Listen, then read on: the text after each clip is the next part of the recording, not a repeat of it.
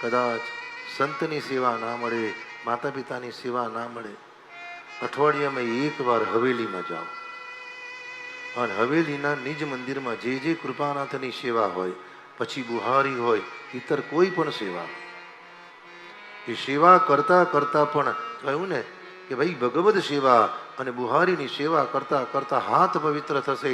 હાથ પવિત્ર થયા પછી એ હાથને વંદન કરવાની ઈચ્છા થશે અને પવિત્ર હાથથી કૃપાનાથને વંદન કરશો તો સેવાનો સ્વભાવનું દર્શન સમજી તો પ્રભુ તમારું કલ્યાણ કરશે અને પ્રત્યેક મનમાં કૃપાનાથ આવશે અને ભગવાન જ્યાં મનમાં પ્રગટ થયા પછી ધીરે ધીરે પ્રારબ્ધ કર્મ મટશે અને જીવને ભગવદ ચરણની લગન લાગશે અને જ્યાં ભગવદ ચરણની લગન લાગે ત્યાં સમજવાનું કે પરમાત્માની વિશેષ કૃપા, જ્યાં ભક્તિનો પ્રાદુર્ભાવ થાય છે.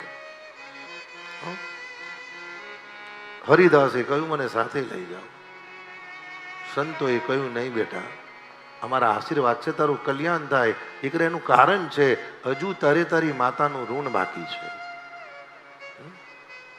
પણ ભાગવતજી કહે છે ને એ ભગવાને ભલે પરિવાર સુખી કર્યો હોય, ભગવાનની ના નથી, પણ તમે ભલે વડોદરા રહેતા હોય, ભલે અમદાવાદ રહેતા હોય, અમેરિકા, લંડન, ગમે ત્યાં રહેતા હોય, પણ ભગવાનના ભગવદ અનુગ્રહથી તમારા માતા પિતાનું ઋણ છે ને, એ માતા પિતાના ઋણમાંથી જ્યાં સુધી મુક્ત થતા નથી ત્યાં સુધી ગમે તેટલો ધર્મ કરો, એ ધર્મથી કલ્યાણ તો થાય છે પણ ભગવદ અનુગ્રહથી કૃપા થતી નથી.